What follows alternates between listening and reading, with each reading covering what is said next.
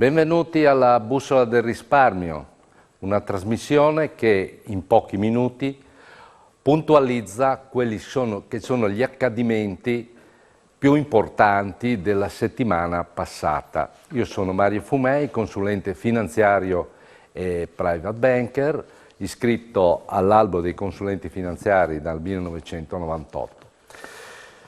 Questa settimana che cosa è successo di importante?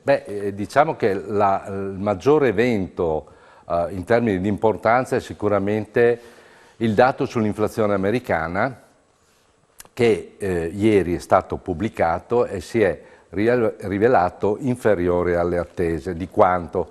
Di uno 0,3%, cioè dall'8 al 7,7%. Voi direte, è un dato quasi insignificante.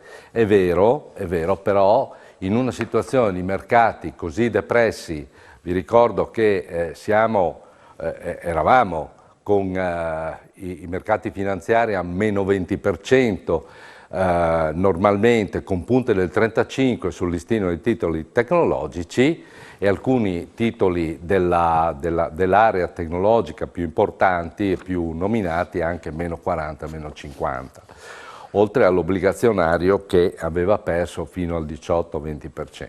Ecco, in una situazione di questo tipo una notizia anche positiva, così quasi insignificante, ha generato una reazione, diciamo, abnorme, ma anche forse giustificata da questo punto di vista, con un rialzo addirittura del listino di titoli tecnologici che è arrivato al oltre al 7%. Perché succede? Perché gli operatori sono così diciamo, ottimisti, sono risultati così ottimisti, perché ci sono stati questi acquisti? Perché evidentemente se l'inflazione può essere in prospettiva inferiore alle attese, molto probabilmente anche le banche centrali saranno meno aggressive nell'alzare i tassi di interesse. Voi vedete alle mie spalle il grafico dell'Euribor a 3 mesi. Che cos'è? È un tasso a breve termine che viene usato in maniera specifica per la erogazione dei mutui come parametro al quale poi va aggiunto il guadagno della banca. Ecco, questo tasso che era allo meno 0,40 è andato oggi, i giorni scorsi, all'1,80%, al quale c'è da aggiungere lo spread.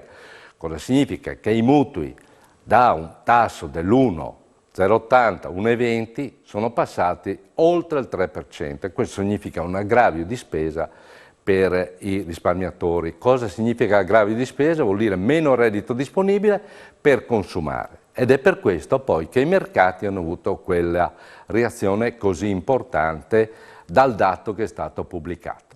Ecco, io ho finito, spero di essere stato utile. Ci sentiamo la prossima settimana.